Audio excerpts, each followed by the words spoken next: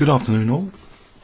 I thought we could carry on the Evolution of Style series by checking the next World Championship match which Alekhine had. But unfortunately it wasn't against Capablanca. And match negotiations seem to be very delayed and breaking down. And in the meantime, Alekhine had a match instead against Efim Bogoljubov. Bogoljubov from Wiki is a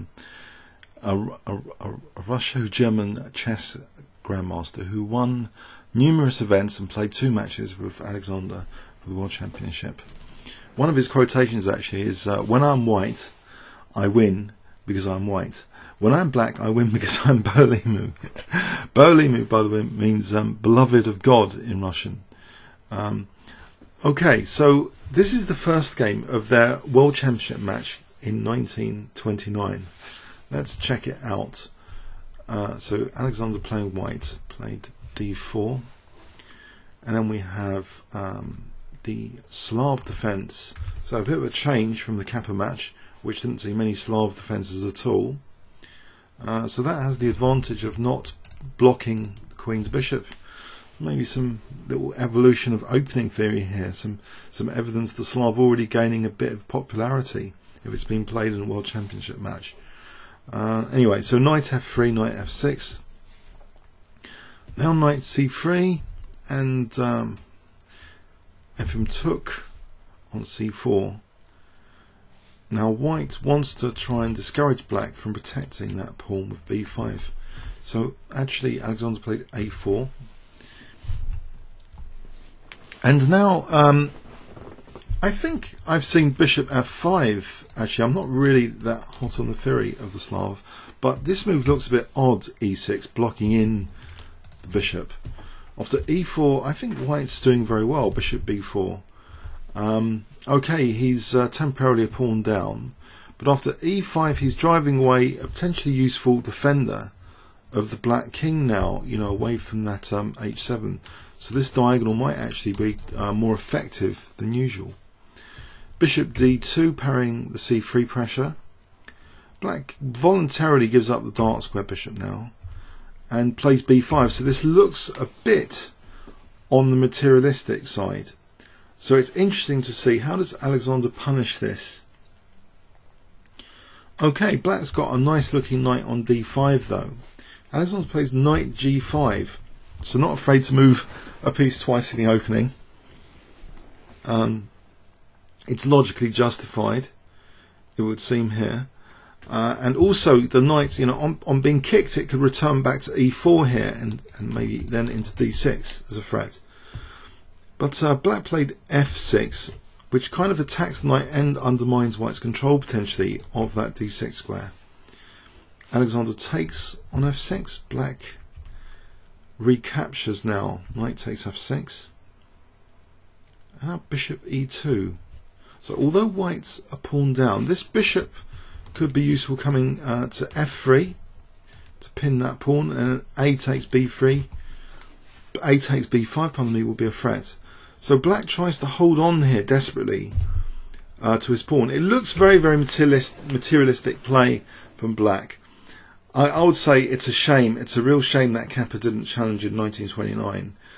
From an evolution of style perspective, I think this isn't great play by black. It's miserable. I mean, look at this bishop. It's strange play. Slav materialism at its worst. Really giving up the dark square bishop. We've got loads of dark square weaknesses here. This. I mean, there's an isolated pawn here. If the e file could be useful to attack that later. But the pressure can be built up slowly. Bishop f3, and now h6, which actually does allow this quite useful check now. Even though the bishop's moved to f3, it can move again with check because the black king is being displaced.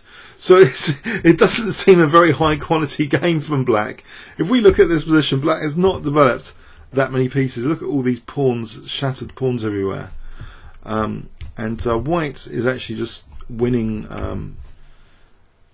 the game comfortably, it would seem, here after knight f7. Okay, black has to pin the knight against the queen.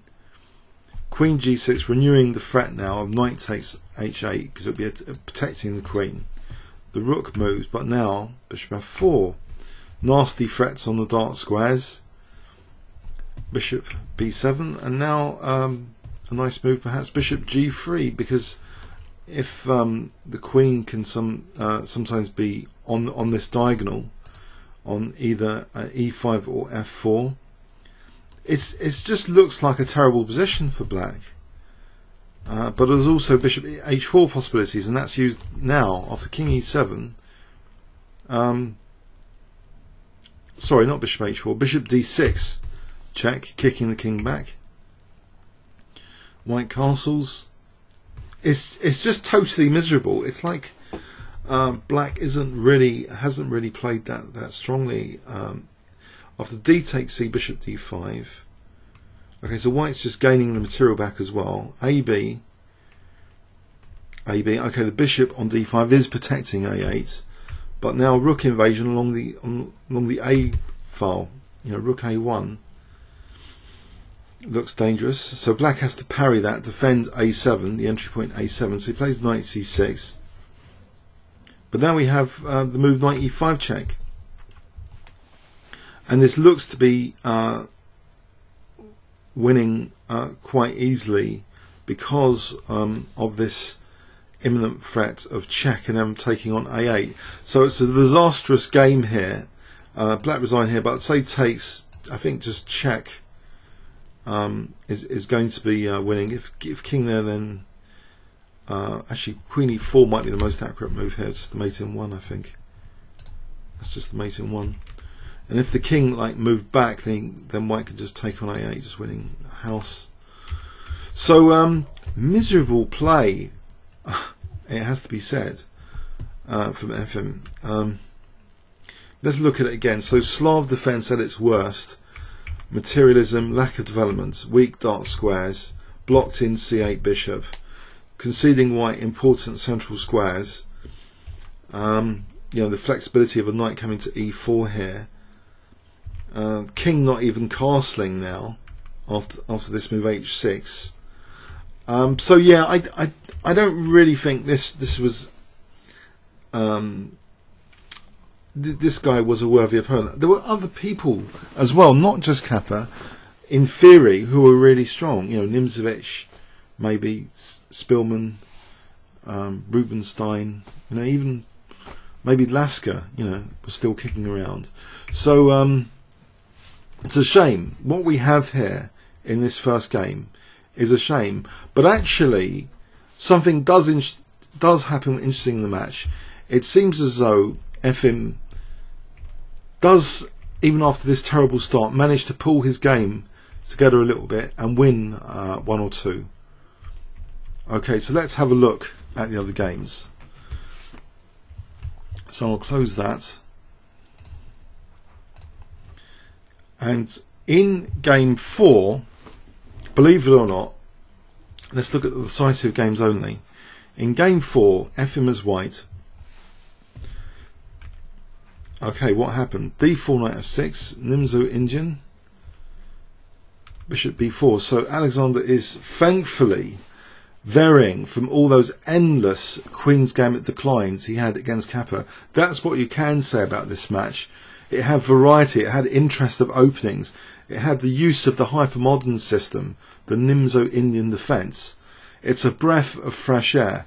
But I believe, you know, some people are arguing really that the Capablanca, you know, Alekhine match was classic because no player was conceding any advantage psychologically. They were sticking to the lines persistently, not varying, because that would show a sort of mini defeat. So that's why that match in the Queen's Gambit declined, and loads of draws was a kind of classic. And you know, I was tempted to check out the draws, but you know, maybe if you guys want, we can check out those Alekhine Kappa draws. But this is a breath of fresh air in terms of opening theory, and the openings to a large extent do dictate the fun of the games and the variety, of course. So Queen B3 from Efim. So he's encouraging black to give up the bishop. Kasparov's favourite move would be Queen C2, a more modern move, Queen C2. But Queen B3 looks a little bit awkward. But okay, C5, and now a paradoxical move. You would think for the time, capturing away from the centre. D takes C5. So the bishop's attacked. Actually, it's just protected here. And now A3. So white collects the dark square bishop. He's got the advantage of the two bishops, and he's got his queen on the square, which would have arrived from the more standard, more modern Queen C2 line, except it went via B3. So knight takes C5, and now F3. So this looks like a modern sort of position actually. After A5, white's trying to secure the bishop pair and make sure black can't use E4. And often, this kind of manoeuvre to make use of F2 is useful, as well as being able to play E4 now. So after castles, bishop F4. So white is also eyeing down the D6 and the D file generally. Maybe white has the possibility of castling even queenside. Queen B6, rook D1 though, more conservative, safer. But these guys have to be unravelled for white to be able to castle kingside. So knight E8 by Alexander. Not really sure. Okay, what is he doing with knight E8? Maybe F5. He's trying to sort of generate some F-file counterplay potentially. But it looks a bit awkward to do that knight retreat. But I guess what else is there? White's bishop on F4 looks quite healthy against the dark squares black has in this position. Okay, so knight E2, D6, bishop E3. In contrast to that first game of the match, white's playing the opening very nicely. He's collected the bishop pair, he's collected a tangible advantage, and he's got a nice central grip. He's got the classic kind of monoxy bind on D5. He's got pressure on the D file. His pieces are working well. Black Alexander's got a terrible knight on E8. Disrupting developments. He's the one with the bad bishop on C8. It's strange that Alexander's develops like this, his pieces. He's also got a gaping hole here to exploit on B5. I don't know, maybe he was lacking sleep the day before the game, but this is just an atrocious position, it seems, at this stage to have after knight D4, Queen E7. So the knight just parks on B5. What is black going to do? Give up the light square bishop? It's with bishop D7, he plays rook A6. There's an immediate threat anyway if knight takes D6, by the way, and bishop C5. That's why I think bishop D7 was unplayable just then. So Alexander's under great pressure. It's a totally miserable position. He tries to generate some play now with F5. Okay. Now the F file is suppressed though with this next move E5, and it actually increases white's central pressure. I think E5 is after taking Queen E5. We've got pressure now on C5. If the master can sort of eye central squares, it's very important. The battle of the centre, and a lot of squares are being attacked here by white compared to the black pieces. Knight D7, and then the queen just goes back to C3. E5. This might weaken this diagonal a little bit, but on the other hand, okay, it also means a nifty looking rook manoeuvre is now possible. So rook G6 at the expense of losing the A pawn though. Okay, so a pawn down. Is the attack that strong? White has the bishop here. White should be able to sustain an attack here. The Steinitzian rule of having the advantage for the attack to succeed is being tested here. Now note here the bishop didn't go to F2. This is an interesting move because maybe this diagonal or B3 and this diagonal is going to be used for that bishop if black dares to play for E4. Queen G5, threatening mates in one, that's parried. E4. Okay, so that pawn's taken. So another positional pawn sacrifice, shall we say, from Alexander, or is his position increasingly difficult here?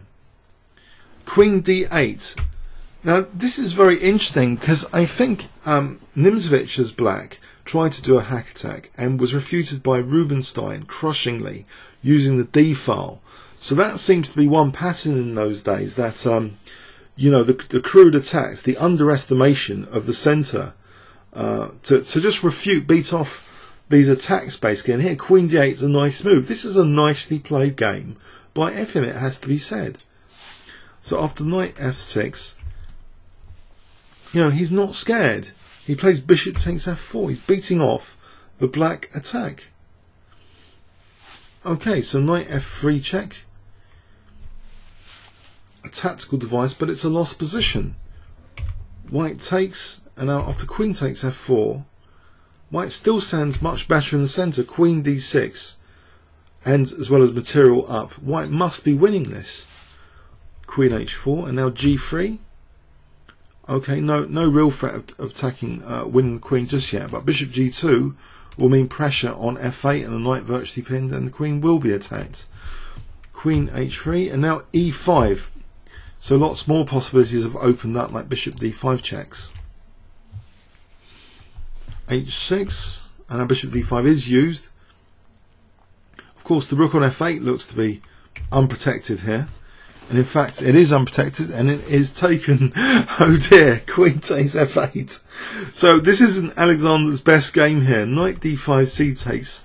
Kind of rook down scenario. Totally lost. I don't really think his attacks going anywhere in this position. So knight d6. It doesn't matter how resourceful he is here. In fact, there will be a simplification here on queen e5. There could be queen h8 check, king takes knight f7 if white wants it, to win back the queen if black took on at e5. But it's not, you know, it's just hopeless. Knight f7 is also now threatening mate. Rook d2. Alexander could have resigned. Queen c5. Okay, he chooses this point to resign. That's really a terrible game by black. It seems from the opening, I don't know if this caught Alexander by surprise, this queen b3, without checking the draws, but this looks as though something went really, really badly wrong in black's strategy here. Okay, after giving up the dark squared bishop, f3 is a nice move, and after a5, you know, a big hole on b5. White's collecting the advantages. The idea of a5 was, of course, to try and discourage b4 and bishop b2, but it comes at some cost as well. So white's just much better here. Queen b6 like blocking in black's pieces, a little bit like this pawn. And white's just focusing on that d file. And this next move is just horrendous. I guess the threat now is immediately bishop d6. That's why maybe this knight e8 was played, just to guard d6. Makes sense in its own right, but just the position is just horrendous. You know, for white, this is fantastic. Beautiful, easy game to play now. After e5, it's really cementing that bishop behind the chain. Can't believe it. Alexander on the black side here. And okay, he lets his a pawn go, which, oh, it's only an a pawn, but it's more than that pretty soon now. It's another pawn, a central pawn, but okay, he's activated his pieces. You know, he's got cheapo threats for the knight move, you know, knight f3 check, winning the queen. You know, he's got maybe other threats like f3, but this next calm move puts a stop to everything. Queen d8. Okay, so now it's really nice play by white. Another nice move, bishop f4. Let's just absolutely make sure, actually, before I misjudge this game, in this position, just to make sure black didn't have anything here, let's engine check this. Let's not be biased by the result of the game. In fact, white is actually technically doing very well here. According to Houdini, white's like 2 pawns up. And bishop f4 is actually the strongest move here in the position. So this looks like white, you know, g3 the strongest move in the position again. Very powerful game, the strongest move again, e5. He's finding all the right moves. He's got into his stride, the groove. Okay, a massive advantage there. Well played, Efim. So let's look at the next decisive game. So quickly in round 5 of their match, Okay, so Alexander playing white. So we have a repeat of the Slav defence and a repeat of this previously disastrous D takes C4 line. But an innovation! Yes! Bishop F5. Get the bishop outside of the pawn chain. Brilliant. Okay, that looks modern. Knight E5, E6. Black's content, just with use of the B4 square and control over E4, and the bishop is quite useful on this diagonal. That's modern treatment. Bishop G5, Bishop E7, and now F3. Looks like a good idea. H6 gives also the bishop a hole to go, a square to go back, which he uses now. After Bishop E3, Knight BD7. Okay, so white regains his pawn. I suspect that Knight FD7 is also popular and playable. Okay, after castles, Bishop E2, and now C5. Striking at the white centre. This is a much better played game by black. The one advantage white has that he's created is this bishop slightly blunted by this pawn chain, but otherwise this looks like a fairly, at the moment, modernish game. After B4, okay, white's gaining an advantage in space on the queen side, and that knight on A6 looks a bit of a problem piece. Knight B8 trying to reroute to the centre. Does reroute totally to the centre. Okay, so this looks like more of a fight, this game. Now Knight A5, pressure on the queen side. More pressure on the queen side. Both these guys attacked, both these pawns. Black takes, okay. Exchange of rooks, and then snapping a pawn. What's happened here? White's temporarily a piece down, but I guess the idea now is rook B8, bishop takes B5 would be on E8. So if takes rook C8, but then what if rook E7? What's going on here? Let's see. No, that's not the idea. After rook B8, not bishop takes B5, but this move, knight C5. Nice little tactical combination, because now the threat is actually knight D7 check. So black has to do something about that as well. So he's losing back his piece, and he's just a miserable pawn down here. Oh dear. And the A file is very nice for it now after rook A1. So black's very tied down now. E6 under fire. E5 shutting down black's bishop. Nice pawn on E5. King's coming into the game. B5 being supported. And now creating a bind maybe on the king side. That would be a nice way to play this position. Takes the bishop. Lovely bishop on the diagonal. And the king is infiltrating as well. Black's under real pressure here positionally. And yes, binding down these pawns on the king side. Looks like how most modern GMs would kind of induce paralysis into the black's position. Make sure the pawns are restrained on both sides of the board. Centralization and invasion with the king.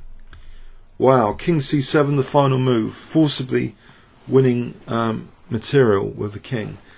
So that's definitely a more modern looking game as far as the opening is concerned, the treatment of the Slav defence here with this bishop F5, not E6. And Alexander had to positionally outplay Bogo. So how did that happen again? The knights were quite menacing on the queen side, and this little tactical combination to win a pawn startingly after knight after taking, and then knight takes B7. Wow. Knight takes B7. Let's just engine check. Knight takes B7. Pardon me. Knight takes B7 here. Does that stand the test of engine analysis? Yes, it does. Strongest move in the position here. Not the obvious capture on B5, but knight takes B7, winning a pawn. After rook b8, knight c5, yes. King e7, and now was this strong?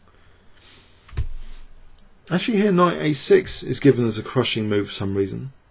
Even stronger than the game continuation, to be able to take on b5 with the bishop, which would keep these two pawns side by side. So knight a6 technically the strongest, but this is also strong. Okay, interesting. So let's go on now. So that was game 5. In game 6, another decisive game. These decisive games coming thick and fast in this match. No long sequences of draws. And Efim is white again. And we have a repeat of that Nimzo-Indian strange line with queen b3. But now an innovation, instead of c5, queen e7 as the experiments by Alexander. Okay, so this is early Nimzo-Indian game examples really. Collecting the dark square bishop, and now b6 looks like a modern idea really, to put the bishop on this diagonal or maybe here, but if it's on this diagonal it's coordinating, and then maybe this sort of stuff. f3, and now d5. White takes on d5 and black takes with the knight actually, which maybe has some advantages over taking with the pawn. Queen c2. Now check, winning the d pawn. So what's happened here? Is this an intentional pawn sacrifice by Efim? After taking, is black a pawn up? Well, e4. White can win c7, it would seem, if he was that inclined. Is queen takes c7 on? But actually he plays bishop f4. Okay, and bishop f4 would make it very uncomfortable for black. If black played c6 or c5, rook d1 looks to be a bit of a menace down the d file. And in fact it happens anyway. After bishop d7, white doesn't take on c7. He plays actually rook d1 anyway. Queen a4, and now taking on c7 finally. So again, white is getting beautiful positions at this Nimzo-Indian, it seems. The bishop there is a big advantage here, even after the queen's come off. And the d file again is a menace. So knight c3. Okay, but a bit of a grind is needed here. Intensifying pressure, trying to, on the d file, exchange of rooks. Knight b5, nagging edge to white. b4. Okay, so king d1. Bishop c7 now. King comes in on the queen side. f4, trying to undermine black's control of d4 and gain more space maybe. Check. The rook's very passive here compared to the white rook. f5 gaining space on the king side. And g-file pressure now. Bit of a grind, play on both sides by Bogo. Another brilliantly played game as white actually. He's playing very strongly it seems as white. Given an advantage from the opening, he's good. He's a good player it seems. Check. Bishop d6. Threatening rook e7, winning the knight. So white's just a clear pawn up. Another pawn up. 2 pawns up. Alexander not ready to resign until now. f6. Now he resigns. So, advantage picked up from the opening. It seems the hypermodern Nimzo is not doing too well at the moment in this match. In Alexander's hands here. It seems this is a nifty idea. Just sacking the d pawn here. This queen c2, positively inviting queen h4. I like the way Efim is playing this match with white, with the white pieces. It's beautiful, it's dynamic, it's making use of the bishop pair, it's making use of the c and d file pressure files, and he doesn't mind the queens coming off. He's able to convert nagging pressure by play on both sides of the board, and you know he gets his king usefully on the queen side, starts squeezing over there, breaks through on the king side, you know, with pressure, semi-open g5 as well to play with.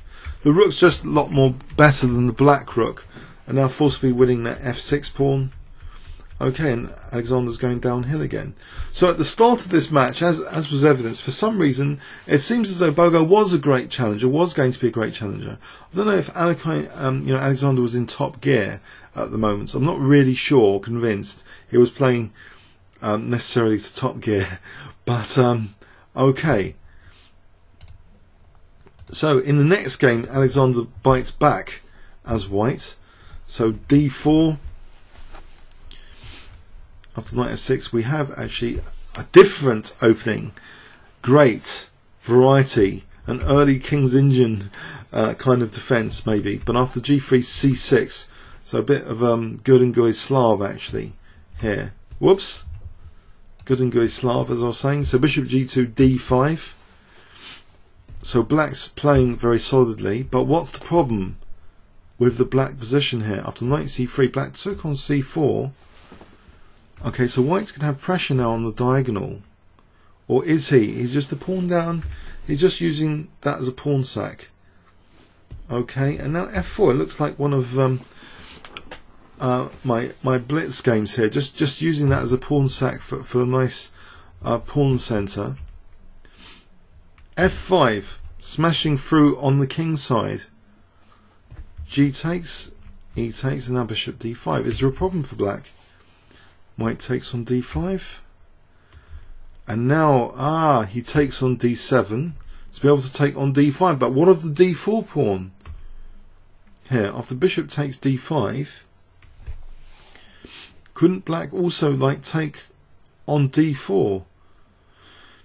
Well, he wasn't tempted to. Maybe the queen's coming off, and these two pawns would end up. One of them would be lost unless black wants to give up the exchange. But I'm not sure black is actually worse here. If we did actually just do an engine check, just for an evaluation here, black's actually better with bishop d4 apparently. Bishop d4 than knight f6. But queen d4 would be playing into white's hands after takes, king g2. Okay, not sacking the exchange or anything, just rook f8. Actually, black's doing okay here as well. Okay, so but bishop d4 was a reasonable move. But what was played, rook ad8, that's also a reasonable move. So I don't know. Black wasn't too bad in theory here. He took on b2, and now Alexander took on c4. Knight b6 looks logical for the blockade on d5. Now I think black went a little bit crazy. Perhaps with rook d4. No, it looks tactically justified because bishop d4 check, and then taking on a1. But this is sidestepped now with queen h5. Queen h5. Okay, are some threats building up on the black king here? Rook e4, and now f6. Something has happened to the black king safety. Okay, so taking on e3 now looks a little bit dangerous for the black king. Queen g5, hitting both g7, threatening mate, and the rook. Has black really blundered his position from earlier? Now he gives up the rook to get some material, and taking on f6 now. So white is the exchange up. Black's pawns aren't brilliant. It is for like 3 pawns here. So, but is black's king safety a problem in this position? King h1. The g file looks a bit of a menace. Queen d6. f6 looks a bit vulnerable as well. Okay, white takes on b7. Okay, f5 looks vulnerable now. So it's only a pawn now for the exchange up. So black's really been outplayed, and his king's got real problems now after bishop c2. Just to get rid of the queens. Bishop g6 winning back more material, because if taking on f8 there's rook e8 after. Bishop f7 winning back more material with rook e8. Okay, so black here resigned. I think black made a mess of this game. In this position I think black was better. I'm not sure about queen b2. If we just engine check this game just briefly. Queen b2, white was apparently equal here. Rook d4 given us a almost questionable move compared to bishop d4. With queen f3 now, queen h5 given by Houdini as the strongest moves. So queen h5, a nice find, quite a strong move. Queen f3 is also pretty strong. With the idea of apparently, so rook d3, if rook d3, rook a d1. Okay. So apparently a slight advantage in this. We're still with ideas of bishop f6 later. Let's have a quick check. Queen f3, rook d3, rook d1. Why is white slightly better here? I'm intrigued. f6. Why is f6 powerful here? It takes check. And then bishop takes f7, threatening mate on g8. So that's why it's breaking through a bit to black's king position. Okay, so that's interesting stuff. Okay, let's go on to the next game. Okay, we're back. Game 8. Let's have a look at game 8. So d4 from Efim. And again, are we going to have a hyper-modern treatment with the Nimzo? Actually, we get b6. Which is almost like Bogo. We're going to be transposing into Bogo Indian if we're not careful with e6 and bishop b4. I think Bogo Indian was after Bogoljubov. So, no. Bishop b7 here. And after f3, black tries to contest the e4 square with d5. Looks a little bit strange actually, without e6 and bishop b4 this system. C takes d, knight takes d5, has white giving up the centre. It looks a bit Groomfieldy if black fianchettos the bishop with g6 especially now, but actually plays e6. Maybe it's not too bad for Alexander as black. Check. Now knight e7. Sorry, knight e2. Castles a6. The bishop retreats. So is the diagonal sensitive? Does black need the knight on f6 to defend the king? Or can he just strike at the centre? He just strikes at the centre in sort of Groomfield defence style. White's reinforcing the centre. Queen c7. And now f4. Maybe a little bit ambitious, because black does have a lot of central pressure here. Now knight f6 encouraging a grip on the light squares.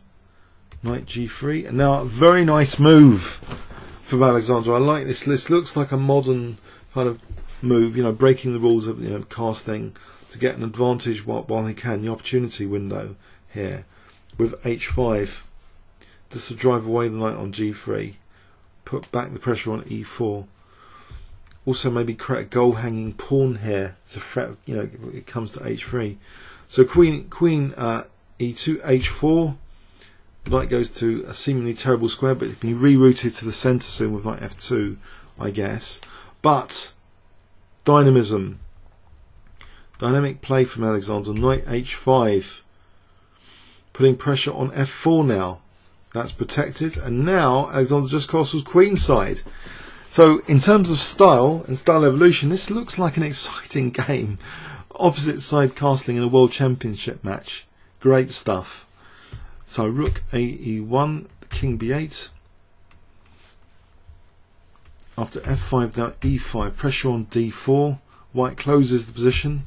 Looks like this is very bad news after c4. Because look at this poor bishop. Look at this bishop coming to c5 potentially. Look at this h-file. Potentials for knight g3s maybe coming up. After bishop c2, check. And now g6, tearing open maybe the g-file now against white's king. So this looks like slaughter time for the white king here. Even though white has succeeded in blocking in this bishop's kind of looking lethal, and this knight's looking dangerous on the rim, and these rooks are ready to cause damage on the G and H files. So FG rook DG8, white's getting slaughtered here. What has happened? Bishop C8, even that bishop's good on that diagonal. So too much play from black here, too much piece coordination, all of black's pieces working well as a team. Even knight G3 looks to be a major threat now, you know, with HG, HG, and just either mating on the H file or just winning F2. So king H1, knight G3 is actually played now, check. It looks pretty horrendous. White takes and plays only move knight H3. Well, king G1 looks just as dire. But after taking on an H3, now there's a horrible threat of G2 check, winning the rook on F1. Black doesn't even use that. He just plays rook H3 because after king G2, the sweet checkmate move is played in this World Championship match. Game 8. What a hack attack. Rook H2 mate. The scene was set for a total disaster when Alexander had castled queenside. So this is a great success for this Queen's Bishop fianchetto, really. This strike at the centre with D5. So finally Alexander was struck with the black pieces in a dramatic attacking fashion. This H5, H4, not only gaining space, opposite side castling, very exciting for a World Championship game. None of the dreary Queen's Gambit declines of the Kappa match. At least these two, they do have exciting games and a variety of openings in this match. From a stylistic perspective, the spectators cannot be annoyed by these games. White was slaughtered here, though, it has to be said. This was a bit of a battering to be mated on move 30 with rook H2. So, okay, let's look at the next game. That was game 8. Okay, in game 9, that was a draw. Let's bypass the draws. Game 10 was another win. Okay, so Alexander playing black. Actually, let's take black's perspective. Isn't that nice? Taking the winner's perspective as black. So D4, D5, and after C4, the Slav defense. Alexander playing the Slav. Knight F3, Knight F6. How do we win with this Slav? Blocking the bishop here. This is okay here, as long as D takes C4, you know, is not played for a bit. So bishop G5, Knight BD7. So I guess later, you know, Botvinnik did actually carry on Russian tradition, you know, to follow Alexander's repertoire and extend it in the Slav defense. So E3, but this is Cambridge Springs actually now. Queen's Gambit decline, Cambridge Springs transposition. So what Alexander also used against Kappa. So it breaks the pin on F6 and introduces and emphasises black's pin. And there's some tactical threats like DC and Knight E4 to consider, which sometimes leaves, you know, if white's not careful, a loose bishop. So Knight D2, Bishop B4. I think this was the theory at the time. It's quite well analysed at the time. D takes C4. So the bishop's actually attacked here by the queen cheekily. So takes on F6 and takes on C4. Queen retreats. So it wasn't so much of a time loss if the queen's coming back to C7. It's a reasonable square. Both sides castle. Rook D8. So, okay, black hasn't got too many problems here. Knight D5. He looks to have a reasonable position. Bishop comes back. So A3, B6. He's trying to do something about his bad piece, the bishop. He actually parks it on B7 now. If he plays for C5, that would be kind of liberating. But white binds down now on C5 by playing B4, which comes at its own cost, though, I would expect. H6 for the moment. Now knight F6, not minding the exchange of knights. But actually, Alexander doesn't take the knight on e4 now. He plays actually the more aggressive knight g4. After knight g3, now he liberates his position with c5, liberating this bishop on that nice diagonal. So white takes on c5 and plays b5. But now black's got the d5 square to play with. Bishop d5, useful pin. It's broken, no queen c2. Now knight e5. So is black going to get the light square bishop? White avoids that. He takes on e5 and plays bishop c4. More exchanges. And now queen b2. Is this annoying for white? This queen b2. Now an exchange of rooks and queen b4. Is this c-pawn going to be useful? Well, after c4 it's looking pretty useful, especially because the bishop can come on this diagonal to help support it. So bishop f6, and now the pawn is further pushed. So Alexander has managed to outplay Efim with the black pieces here. I believe this is looking nasty now. Nasty threat of rook d2. Protecting that c-pawn. Now the threat of queen takes e3. That's parried. Queen d8. Pinning the knight against the rook on d1. Now Alexander takes on d4 and plays queen f6, renewing now a threat, well, a different threat on f2. So rook f4 parrying that, queen e5, threatening queen e3.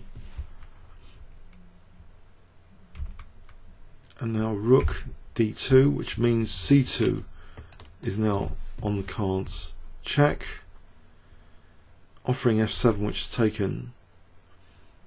But e4, e4 is perhaps more important to win. And here, forget about c2, just rook d5 now threatens rook h5 mate. So that has to be parried. Check. Check. Check. King's very vulnerable actually. After queen f1, white resigns. What's the exact mate after king h4? I wonder. Let's engine check that. After king h4, a neat mate is check, and then queen h3. And after rook here, then queen f5 mate. That's neat. Okay, so that's an interesting Cambridge Springs repeat. So Alexander has used that in the Capablanca match, this system, which is kind of, it starts off as a Slav, sort of modernish Slav, semi-Slav. Was it full Slav? Not sure. Okay, so, but it went into a Cambridge Springs Queen's game, it declined. And somehow, maybe, this b4 led actually to black liberating anyway with c5 pretty soon. So he liberated with c5 anyway, so b5 didn't really work. And black's passed c-pawn starts coming into focus here as a major trump cards in the position. So that's white being really outplayed, and now combining some threats against the white king and various pins being used to get the queen from the queen side to the king side, which is very nice as well. You see that in Kasparov games, the queen migrating from queen side to the king side, kind of niftily. You wouldn't expect it, from earlier. But now it's a decisive attack. This is really, really bad for the king here.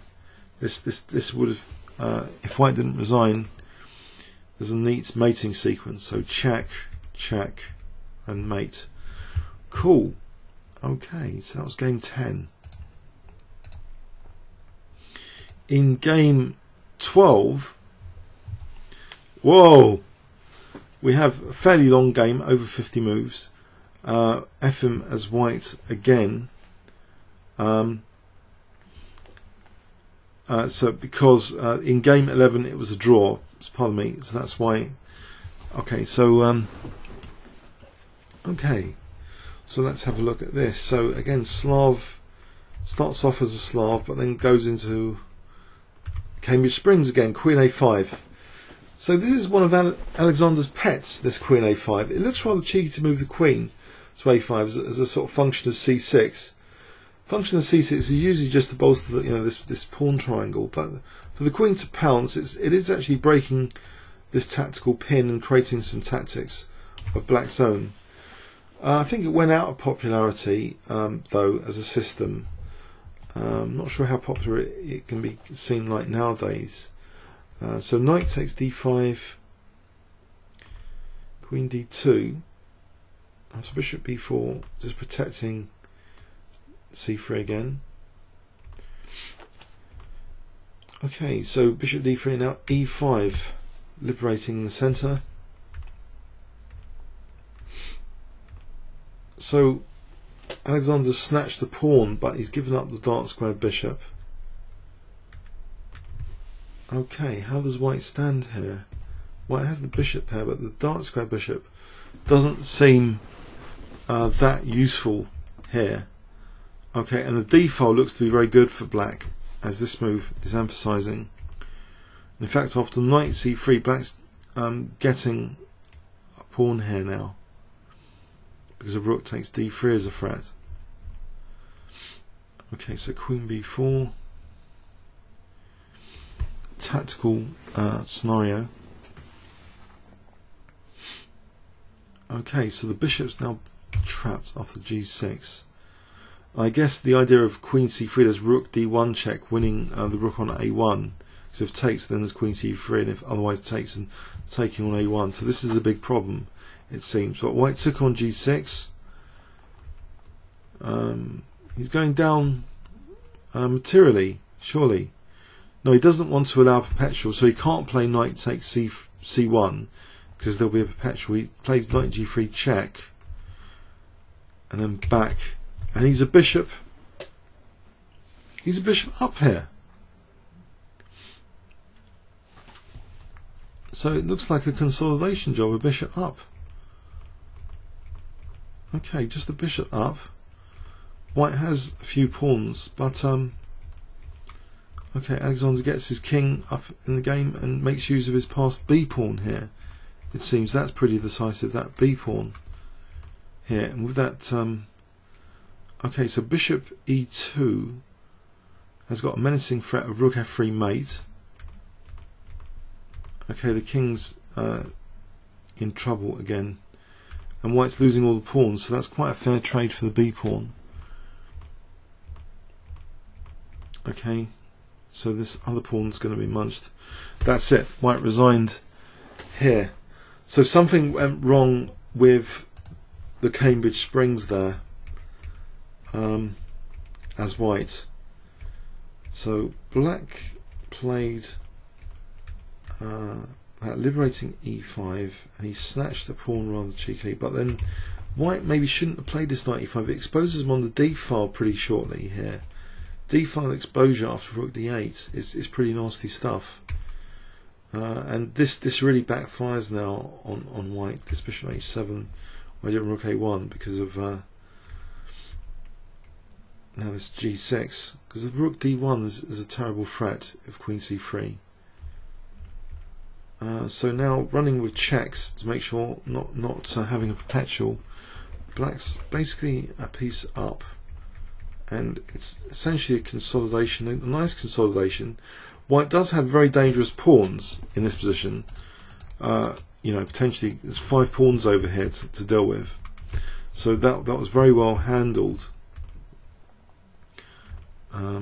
So 3 connected pass pawns usually it is quite a serious matter.